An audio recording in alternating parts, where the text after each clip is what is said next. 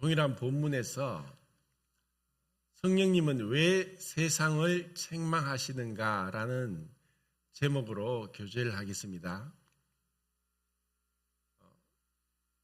성령님은 세상을 책망하시는데 그 세상이 그 예수님을 믿지 않기 때문이다. 그리고 그것이 죄다라고 했고, 그리고 의인은 예수님이 오셨고 또 죽으시고 부활하시고 다시 아버지께로 올라가셨는데 이것에 대해서 사람들이 참으로 알려고도 하지 않고 무관심하다. 그래서 의가 무엇이냐? 그 주님이 우리의 죄를 용서하실 뿐 아니라 부활하심으로 아버지께로 올라가신 것은 우리의 어려움을 증가하기 위해서, 우리를 어렵다 하기 위해서 그렇게 부활하셨다는 것이고, 그리고 이 세상의 임금이 이미 심판을 받았다는 것은 또 동일하게 사망의 세력을 잡고 있는 마귀의 권세를 깨뜨렸다는 분명한 증거다. 그래서 그것이 곧 심판에 대해서, 하지만 아직까지 이제 공중의 권세 잡은 자 마귀가 여전히 활동하고 있다는 것, 이것은 우리에게 어쩌면 이게 그 딜레마 같습니다. 왜냐하면 분명히 그 사단의 권세가 깨뜨려졌는데도 불구하고 그는 여전히 활동하고 있으니까 아직까지 그 주님께 승복하지 않고 끝까지 마지막까지 그 세상을 어지럽히고 있다는 것을 우리는 보게 됩니다. 그러면 오늘은 이 세상 가운데서 이 마귀가 어떻게 역사하는가를 창세기부터 쭉 살펴보면은 우리 삶 가운데 이 마귀가 얼마나 교묘하게 기만적으로 침투해서 우리의 삶을 무너뜨리려고 하고 또 하나님을 향하여서 열매 맺지 못하도록 하고 있는 그런 많은 사단의 속임수가 있다는 것을 우리가 알아야 되는 것입니다. 그래서 이것을 성령님께서 책망하십니다. 그러니까 우리가 그러한 성령님의 그 음성을 듣고 우리 가운데 우리 안에 나도 모르게 심겨 들어온 이와 같은 세속적인, 세상적이고 마귀적인 그러한 것들을 우리는 떨쳐버려야 되고 주님 앞에서 절제함으로 나아가야 된다는 것입니다. 우선은 마귀는 처음부터 자기의 존재를 숨깁니다. 직접 에덴 동산에 나타나지 않았고 뱀에게 들어가서 뱀의 모양으로 나아갔던 이유는 뱀이 하나님이 만든 동물 중에 아름답고 또 지혜로웠기 때문입니다. 처음부터 마귀가 들어올 때는 뭔가 의심스럽고 또 보기에 좋지 않은 것이 아니라 정말 사람들이 혹 넘어갈 정도로 마치 사기꾼이 처음에는 자기가 절대로 사기꾼인 것 같지 않게 행세하다가 사람이 안심한 뒤에 사기를 치듯이 마귀는 그렇게 가장 아름다운 모양으로 만들어진 뱀에게 들어갔던 것입니다. 그러고서 끝까지 자기의 모습을 숨기는 거예요. 이렇게 해서 죄가 세상에 들어왔고, 그리고 그 당시에 그 죄는 지난번에 제가 말씀드린 대로 네 가지 아닌 것이 죄다라고 한자에 나오듯이 네가 이것을 먹으면 죽지 않는다라고 했고 또 선악을 알게 된다고 했고 눈이 밝아진다 그랬고 하나님같이 된다고 했는 것, 이것은 다 거짓말이었습니다. 마귀가 한 것은 다 거짓말이었습니다. 그런데 그 거짓말이 지금도 사람들에게 통하고 있습니다. 마치 사람들은 죽지 않을 것처럼 불로장수할 것 같은, 과학이 발달되고 의학이 발달되면은 이제 사람 수명이 점점 길어진다. 과거만 하더라도 뭐 60 환갑이 되면은 잔치를 합니다. 왜냐하면은 환갑을 지낸 사람이 많지 않기 때문에 동네 잔치가 벌어졌어요. 근데 요즘은 60 환갑이 되더라도 나이 축에도 못 듭니다. 70대 돼도 그렇고, 그래서 지금은 75세 되면 어느 정도 이제 그때쯤이면 이제 노인이라고 이렇게 인정이 되는 것 같아요. 그리고 요즘 또 90세 노인들도 많고 스스로 거동하시고 또 병원도 다니시고 하는 90세 이상 거의 100세 가까운 분들도 많이 종종 볼 수 있는 그런 시대에 있습니다. 그렇지만 그 인생이 끝까지 가지는 않습니다. 앞으로는 120세 시대다라고까지 얘기를 하지만 하나님의 영원함에 비해서는 그것은 찰나고 순간입니다. 그런데도 사람들은 마치 이 땅에서 영원히 살 것처럼 착각하고 살고 있죠. 자기의 죽음을 준비하지 않습니다. 정말 이 정도까지 살았는데 이제는 내가 어떻게 하나님을 만날까 이런 생각을 하지 않는 거죠. 자, 이제 그 마귀의 거짓말이 이제 그 아들 아담과 하와가 낳은 첫째 아들 가인을 통해서 얼마나 명확하게 나오는지는 우리는 볼 수 있습니다. 분명히 창세기에 나왔던 가인은 유다스에 보면은 유다스 1장 11절에 그 가인의 길로 행하였으며 라고 말씀합니다. 그 가인이 걸어간 길은 어떠한 길인가? 가인은 하나님을 몰랐을까요? 가인은 하나님을 알았지만 하나님의 그 말씀에 불순종했습니다. 하나님의 그 명백한 계시된 말씀을 어겼습니다. 자기의 생각과 자기의 의지와 자기의 행위를 의존했고, 그리고 희생을 거부했고, 하나님이 제시한 그 명백한 말씀대로 예배를 드리지 않았습니다. 스스로 만족하면서 자기 스스로 옳다고 생각했습니다. 자, 가인이 그 행한 그 일을 통해서 우리가 무엇을 알 수 있냐면은 죄가 들어와서 첫 번째는 지식이 타락했고 두 번째는 도덕적인 감정이 타락했습니다. 그리고 세 번째는 자연계의 질서가 파괴됐습니다. 그 죄가 불러온 그 우리 인간에게 불러온 영향은 가인 이후로 모든 사람에게 영향이 미쳤습니다. 예의가 없습니다. 하지만 아벨은 그 가운데서 이러한 영향을 받았지만 하나님 말씀에 순종해서 하나님의 계시된 말씀대로 예배를 드리고자 했고 그렇게 드렸습니다. 그런데 가인은 이러한 아벨의 하나님이 기뻐하시는 예배를 드리는 것을 인해서 가인은 이것을 못마땅해 했고 자신이 행한 그 제사가 잘못됐다는 것에 대해서 인정하지 않았습니다. 처음 하나님이 우리 인간을 창조했을 때는 지금 우리의 어떠한 사람과도 비교되지 않는 뛰어난 지적 능력을 가진 존재로 우리를 창조했습니다. 우리는 그 뇌세포를 뉴런과 시냅스로 구분을 하죠.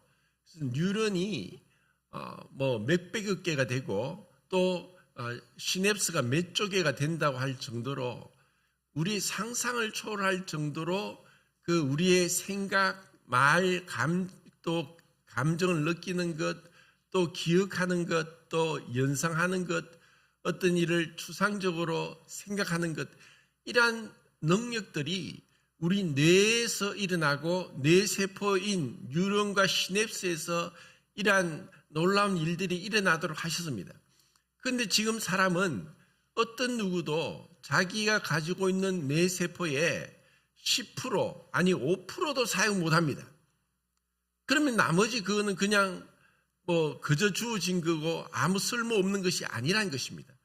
처음 하나님이 우리 인간을 만든 사람은 이렇게 뛰어나게 그 모든 뇌세포를 활용해서 이 세상을 다스리는 하나님의 대리자의 역할을 하도록 하나님이 창조하셨지만, 그 증거가 아담이 이 동물들의 이름을 다 지어준 것에서 우리는 알 수 있습니다. 아담은 우리가 생각하는 이상의 월등한 능력을, 타락하기 전에 아담의 그 능력은 이 모든 하나님이 창조한 동물들의 이름을 지어줄 정도로 뛰어났습니다. 우리는 아무리 어떤 동물학 학자라도 하더라도 한 100가지, 200가지를 알 수 있겠습니까? 우리가 기껏 해봤자 수십 가지의 동물들밖에 몰라요. 근데 그런 이름만 아는 것이 아니라 그 이름을 지어줄 정도로 관찰했고 특성을 파악했고 그게 맞는 합당한 이름을 지어질 정도의 지적 능력을 아담은 가지고 있었던 것입니다. 그런데 죄가 들어와서 이 지적 능력이 타락했고 파괴됐습니다. 우리가 아는 것은 너무 미미합니다. 지금 뛰어난 IQ가 200이 넘는 사람이 있다 할지라도 그 사람이 어떤 특정 분야에서 그렇게 뛰어나지 모든 분야에 그렇지 않다는 것입니다.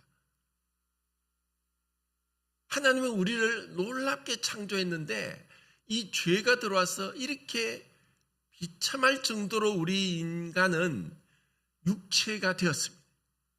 그들이 육체가 됨이라.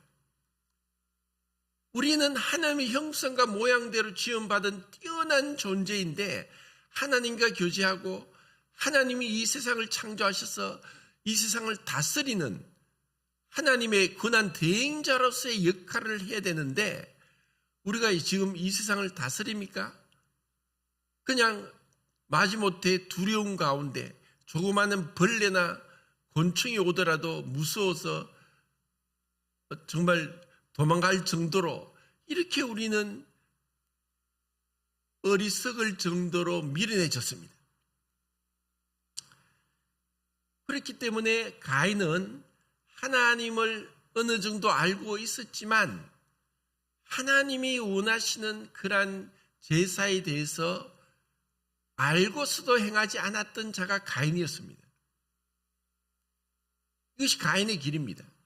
그리고 그것뿐 아니라 이제 아벨이 올바른 제사를 드렸고 하나님이 아벨의 제사를 받으시는 것을 두고 그는 시기와 질투에 불탔고 그것을 참을 수 없었습니다. 나의 이 예배를 하나님 받지 않으셨다? 그 동생의 예배는 하나님 받으시는구나. 그 시기 질투에 불타는 이 감정을 절제하지 못했습니다. 그리고 분명히 하나님이 우리에게 이미 그 양심을 주셨는데 그 양심은 우리의 마음에 새겨진 하나님의 율법입니다.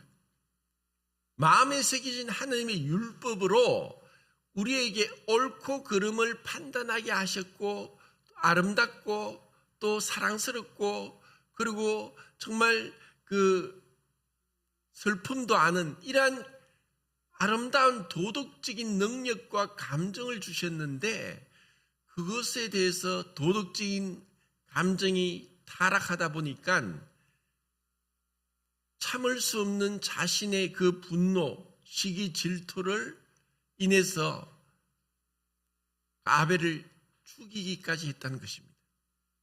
이것을 오늘날로 말하면 극단적인 나르시스트에 빠진 지독하게 자기 중심적으로 자기만 사랑함으로 인해서 사랑이 빼앗기고 자기의 관심이 없어지고 자기의 주장이 관철되지 못하고 무시되는 이러한 것에서 사람들이 분노하고 오히려 그것으로 인해서 내가 무엇을 잘못했을까 하고 자기를 돌아보고 뉘우치고 회개하기보다는 오히려 그러한 분노를 상대방에까지 가해하는 해를 끼치는 이러한 무서운 살인자가 되었다는 것입니다. 우리는 어떤 행동으로뿐 아니라 주님께서 말씀하시기를 옛사람에게 이른바 살인하지 말라 하는 말을 너희가 들었으나 나는 너희에게 이르노니 형제를 미워하는 자마다 마음에 이미 살인하였다라고 했습니다. 마음으로 미워하는 것, 그 자체부터 이제 미움이 일어나게 되고 그 미움이 결국 분노가 되고 그리고 분노가 결국 살인까지 저지르게 됐다는 것입니다. 이 마음에 있는 미움 자체부터 이제 스스로 컨트롤할 수 없는, 절제할 수 없는 가운데 우리는 도덕적 타락을 잊게 되었습니다. 이것이 가인의 길입니다. 그리고 가인이 죄를 범하고 나서 네가 너로 인해서 땅은 저주를 받고 땅은 가시와 엉겅퀴를 낸다. 이제 자연은 여전히 하나님이 창조하신 아름다움, 그 놀라운 조화와 그리고 하나님 명령하신 대로 계속 해마다 그 과목을 그 씨 가진 과목 나무가 열매를 맺고 꽃이 피고 그렇게 하지만 이제 그들 가운데 잡초가 생기고 가시 엉겅퀴가 생기고 이런 질서가 파괴되어서 사람들에게 순종하지 않고 그전에는 사람이 그냥 하나님이 주신 것을 먹을 수 있었지만 지금은 이것을 가꾸어야 되고 관리해야 되고 그리고 잡초를 뽑아야 되고 이와 같은 수고를 하지 않으면 안 될 정도로 자연의 질서가 파괴되었습니다. 이러한 일로 인해서 이제 가인의 길이 모든 사람들에게 자기도 모르게 우리 안에 스며들어왔고 우리는 그 영향을 떨쳐버리려고 하지만 쉽지 않습니다. 오로지 이것을 떨쳐버릴 수 있는 것은 하나님 말씀으로 돌아가고 하나님 말씀에 순종하고 그리고 하나님 앞에 겸손하게 엎드려서 그분의 은혜를 구하는 것, 그것밖에 없는데 그런데 사람들은 가인의 자손들이 결국 하나님을 떠나서 노 땅에 거하면서 문명을 일으켰습니다. 그들이 야발, 유발, 두발 가인, 그들이 이 목축업을 하고 또 금속공업을 일으키고 또 무기를 만들고 그리고 그 예술을 창조하고 그들이 이 세상을 지배하면서 그 자손들이 점점 온 땅에 퍼지게 되었습니다. 그것은 문화라고 하면서 또 아니면은 이 세상을 흘러가는 여러 가지 철학적인 사조 또 아니면은 학문적인 그런 이 길들이 거의 대부분 그 안에는 가인이 따랐던 길로 따라가고 있습니다. 이것을 우리가 주의 깊게 보지 않으면은 우리는 이 세상이 이렇게 타락했으면서도 성령님께 오셔서 왜 세상은 책망하시지만 그리스도인들을 향해서는 근심하시는가? 이 세상 가운데서 가인의 길을 따라가고 하나님께 불순종하고 자기 의지에 예배를 드리고 자기 행위를 찬양하고 인간을 이상화시키고 희생을 거부하고 하나님 말씀에 불순종하고 있는 그 가인의 길이 명백하게 잘못되었다는 것을 성령이 책망하시는데 우리가 그것을 모르는 가운데 이러한 길들이 우리 속에 들어와서 우리도 어느 정도 영향을 받고 있다는 것을 우리가 알아야 됩니다. 그리고 그 가인의 자손들이 문명을 일으키고 또 그들 가운데서 최초로 뛰어난 정치 지도자가 나왔는데 그 자가 니므롯입니다. 그 니므롯이 나와서 홍수 심판 이후에 이 세상에서 바벨탑을 쌓고 자 우리가 흩어짐을 면하자. 다시는 우리가 홍수 심판으로 인해서 멸망받지 않아야 된다. 우리가 다시 탑을 높이 쌓아서 우리 이름을 하늘에 내자. 그 우리 이름을 하늘에 내자는 그 니므롯의 그 구호는 하나님께 도전하자는 것입니다. 그리고 하나님이 땅에 충만하라, 편만하라, 땅을 정복하라 했지만 우리가 흩어짐을 면하자, 우리가 함께 모이자, 이러한 그 기체 아래 니무롯은 이 세상을 지배하고자 했습니다. 이런 가운데 하나님은 은혜를 혼잡시키시고 사람들이 서로 말이 통하지 않게 되니까 땅으로 흩어지게 됐습니다. 그렇지만 지금은 또다시 여러 가지 인간의 그 바벨탑이 바로 AI고 또 로봇이고 또 인터넷이고 그리고 또 컴퓨터입니다. 이러한 것으로 이제 그들은 하나로서 통일이 되면서 그들이 내거는 것은 하나님이 없는 유토피아, 하나님 없이 우리 인간끼리 얼마든지 문명을 일으키고 잘 살 수 있고 하나님 없이도 우리는 행복해질 수 있다. 하나님이 없는 질서를 세우자 하는 것이 지금 이 세상에 문명이 흘러가고 있는 것입니다. 그렇지만 하나님은 그 가운데서 아브라함을 택하시고 또 모세를 통해서 율법을 주시고 그들을 특별하게 은혜 가운데 기적을 통해서 그 세상인 애굽에서 구출하여 내셔서 하나님의 방법대로 그들을 이끌어내시면서 하나님께 예배드리는 걸 가르쳐 주셨습니다. 그리고 하나님은 명확하게 말씀하셨습니다. 가나안 땅에 들어가서 그 7 족속을 남녀노소 젖먹는 아이까지 다 죽여라. 하나님 그거 너무하지 않습니까? 남녀노소 어린아이 젖먹는 아이까지 죽이라니요. 하나님은 아브라함 때 이미 말씀하셨습니다. 이 가나안 땅에 아모리 족속의 죄악이 아직 가득 차지 않았다.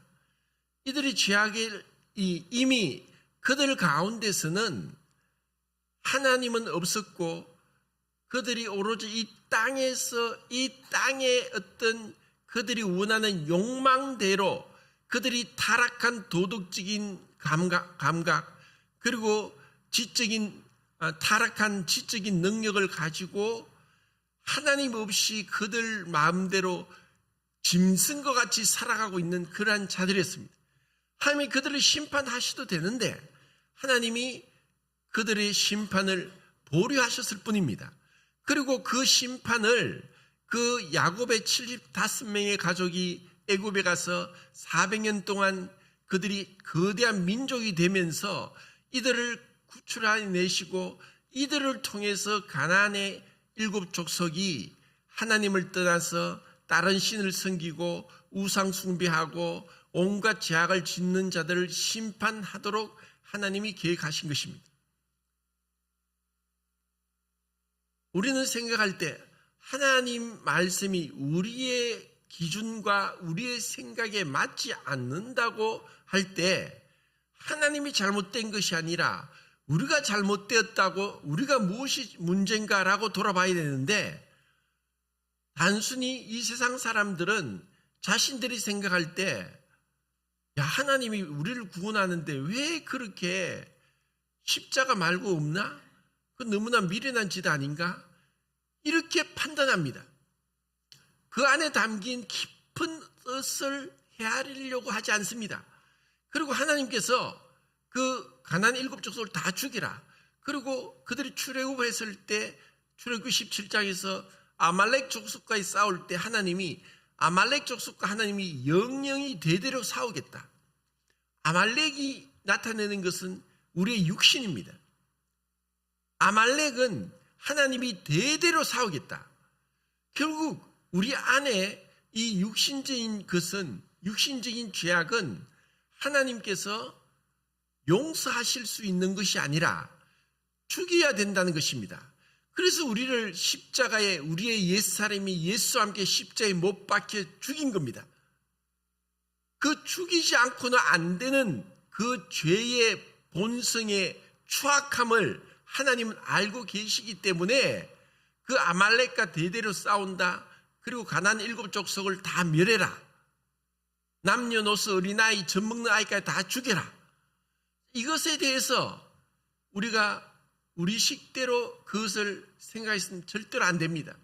하나님 말씀이 진리이기 때문에 그 말씀과 빗나가면 다 그것은 거짓입니다.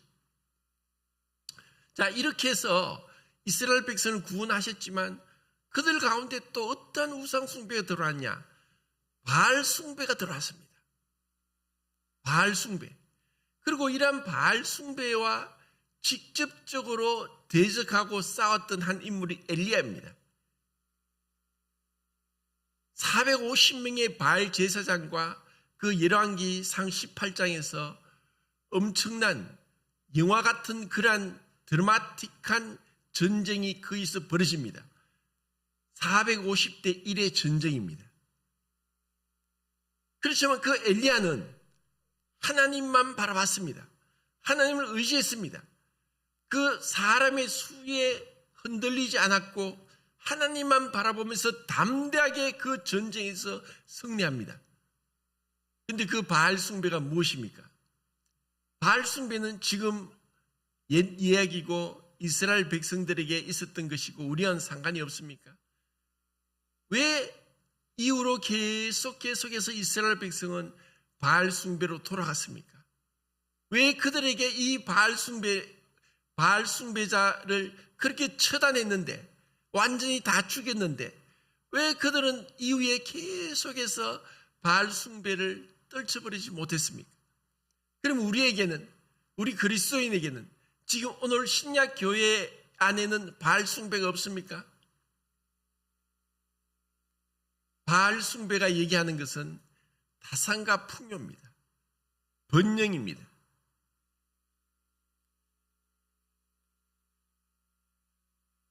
누가 오늘날 자본주의 사회에서 돈을 좋아하지 않습니까? 돈이 있으면 인정받고 없으면 푸대접 받습니다.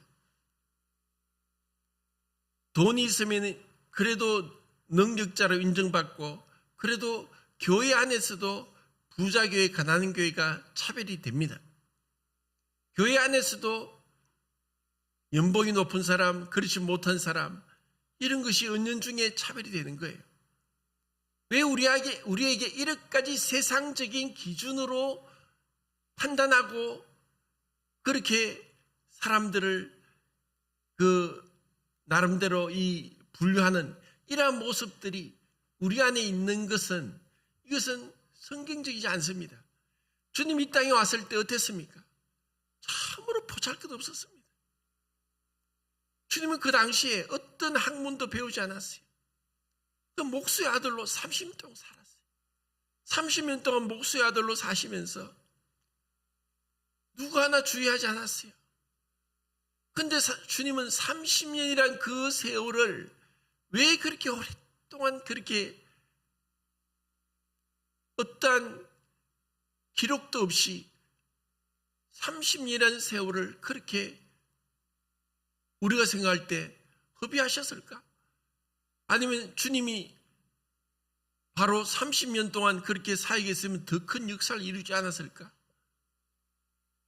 그런데 구약에 예언된 대로 제사장의 임무가 30세부터 시작입니다. 주님이 철저하게 아버지의 말씀에 순종했습니다. 아버지의 말씀에 100% 순종하고 거역하지 않은 분은 유일하게 예수님밖에 없다는 것입니다. 그리고 주님은 제자들을 택할 때 진짜 무식한 사람들만 택했습니다. 그 니고데모나 또 아리마대 요셉 같은 이러한 사람들을 택했으면 더 빨리 기독교가 더 번성할 수 있었지 않겠는가 우리는 생각할지 모르지만 주님의 방법은 달랐습니다. 그리고 주님이 이 땅에서 정말 사람들이 세리와 창기의 친구라고 손가락질 할 정도로 주님은 그 길을 가셨어요. 우리 생각과 너무 다른 거예요. 그런데 주님은 그렇게 말씀하시는 거예요. 마태복음 16장 11절에서 바리새인과 사두개인의 누룩을 주의하라. 그리고 마가복음 8장 15절에서 헤롯의 누룩을 주의하라. 바리새인의 누룩, 사두개인의 누룩, 헤롯의 누룩. 그것은 지금도 우리 가운데 들어와 있고 우리가 알게 모르게 영향을 받고 있다는 것입니다. 바리새인의 누룩은 외식이고 형식주의입니다. 주님은 외식을 미워하실 뿐 아니라 화하실진저 어마어마하게 무섭도록 정죄하십니다. 속이는 것, 진실되지 못한 것, 사람들에게만 옳게 보이는 것, 속에는 온갖 더러운 것이 있으면서 겉으로는 그렇지 않은 척. 우리는 그것을 그렇게 나쁘게 생각하지 모릅니다.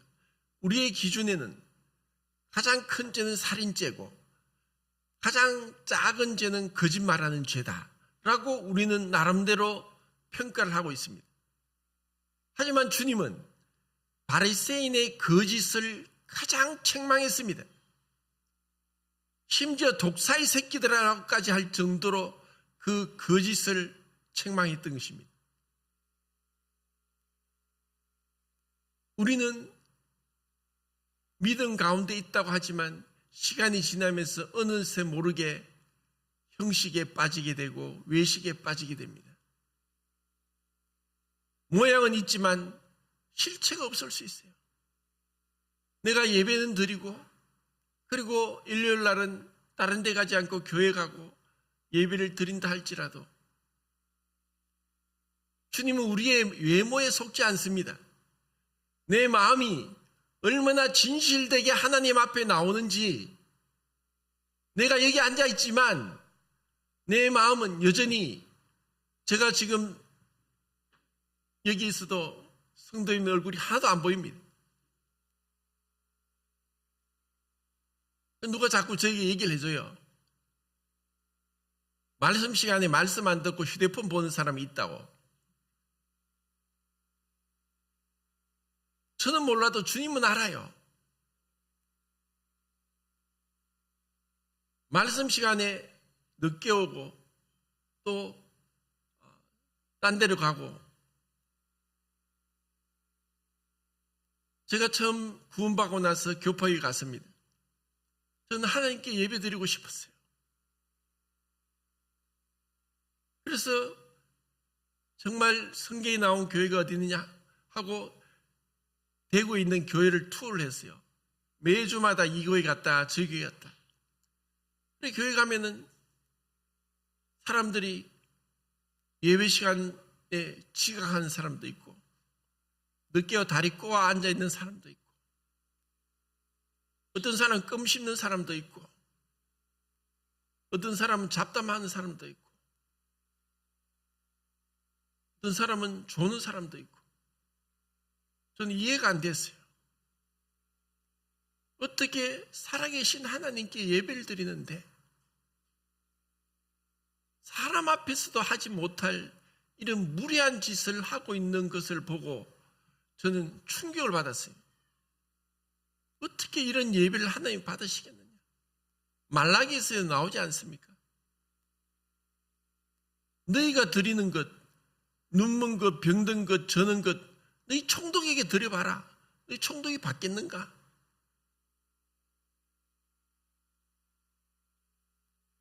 하나님 앞에 우리가 마음 자세부터 지역하지 않고 일찍 와서 경건하게 거룩하신 하나님 앞에 내가 겸손하게 예배를 드리고 나 같은 자의 예배도 주님이 기뻐 받으신다는 데에 대해서 말할 수 없는 황송함과 말할 수 없는 그 어떤 그 기쁨 가운데 그런 예배를 드리기 위해서 우리가 얼마나 마음을 졸이고 애쓰고 설레임 가운데 그리고 기대 가운데 나옵니까? 나중에 시간이 지나면 이 신앙이 습관이 돼요. 그냥 옷을 입고 나오듯이 그냥 습관이 되는 거예요. 우리가 뜻과 잔을 때도 그냥 이것이 그냥 뜻과 잔인 거예요. 제가 교파교회 가서 거기는 1년에 2번만 세례를 해요. 약식 세례, 물을 뿌리는 거예요. 제가 가서 6개월 뒤에 학습받고 이제 또 6개월이 지나야 그 성찬식에 참여를 하는데 그때 성찬식을 하는데 그 떡과 잔을 앞에 보고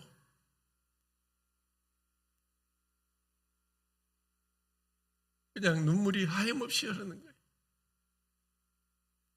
주님이 나를 위해서 저리 죽으셨구나. 얼마나 울었는지 나중에 예배 끝나고 보니까 제 의자 밑에 눈물 구덩이가 됐어요. 눈물이 구덩이가 돼서 물웅덩이가 됐어요. 옆에 사람 보고 아니 얼굴에 소금이 얼음 많습니까? 그러는 거예요. 그 떡과 잔을 그냥 처음 그때 볼 때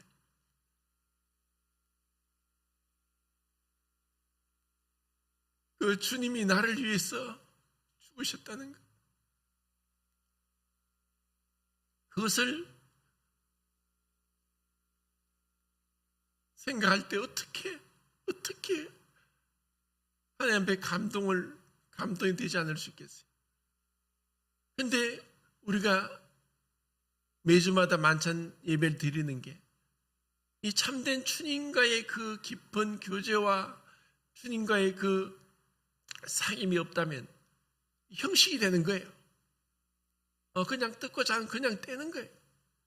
의미가 없어요.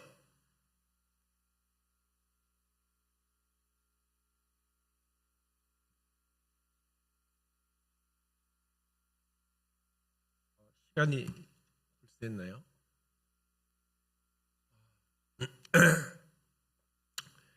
사두개인의 누룩은 세속적 인본주의, 인간적으로 판단해요. 그 사두개인은 천사도 믿지 않고 부활도 믿지 않아요. 오늘날 믿는다고 하면서 기도의 능력을 부인하고 정말 기도하지 않고 정말 믿음의 비밀을 알지 못하고 그거 안 돼. 그거 불가능해. 그냥 인간적인 잣대로 다 판단해 버리는 거예요. 주님은 내게 부르짖어라. 그거 비밀한 일을 내게 보이겠다. 주님 우리에게 약속했어요. 네가 무엇이든지 땅에서 풀면 하늘에서 풀리고 땅에서 매면 하늘에서 매일 것이다. 그거 비밀한 일을 네게 보여주겠다. 내 이름으로 무엇이든지 구하면 우리가 그의 뜻대로 구하면 무엇이든지 받을 수 있다. 우리가 가진 것이 담대한 것이 이것이다. 믿음의 비밀이고 그리고 주님과의 동행이고 주님의 그 약속의 말씀, 기도의 약속의 말씀에 대해서 우리에게 부탁하셨는데 그것을 우리가 믿지 못하면은 기도하지 않는 거예요. 기적이 없어요. 그냥 현실적인 것에 그냥 안주해 버리는 거예요. 헤롯의 누룩은 세속주의입니다. 그 헤롯의 세속주의는 교회 안에 세상이 들어와 있고 교회 안에 세상 기준과 세상 가치 판단으로 다 판단하는 거예요.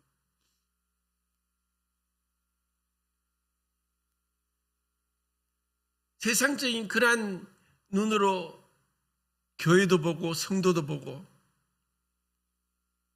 헤롯은 참으로 간사스러운 자입니다. 그는 자신의 그 정치적인 권력을 얻기 위해서 수단 방법을 가리지 않았던 자입니다. 잘못하면 교회 안에서 정치를 해요.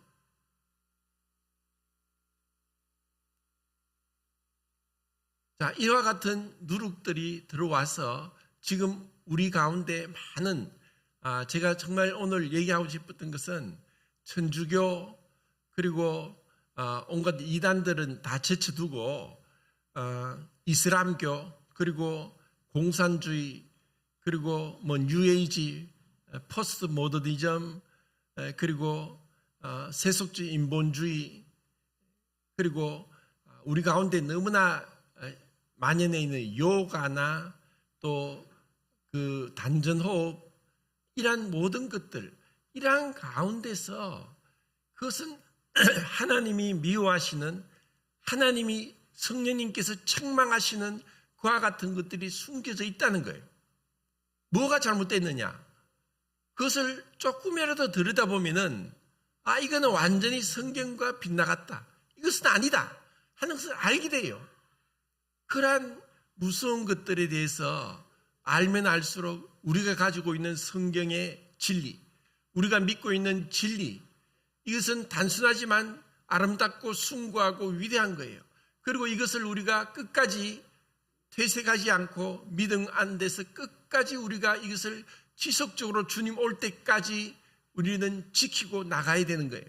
그리고 우리 안에 바리새인의 누룩, 사두개인의 누룩, 헤롯의 누룩, 그리고 바알 숭배, 그리고 니므롯, 그리고 데메드리오, 니골라당, 또 발람의 어그러진 길, 고라의 폐역, 이 온갖 것들에 대해서 우리가 경계하고 그것을 물리쳐야 되는 거예요. 다음에 혹시 또 기회가 되면은 이런 여러 가지 세상을 책망하시는 성령님께서 왜 책망하시는지, 그것이 무엇이 문제인지도 한번 더 살펴보도록 하겠습니다.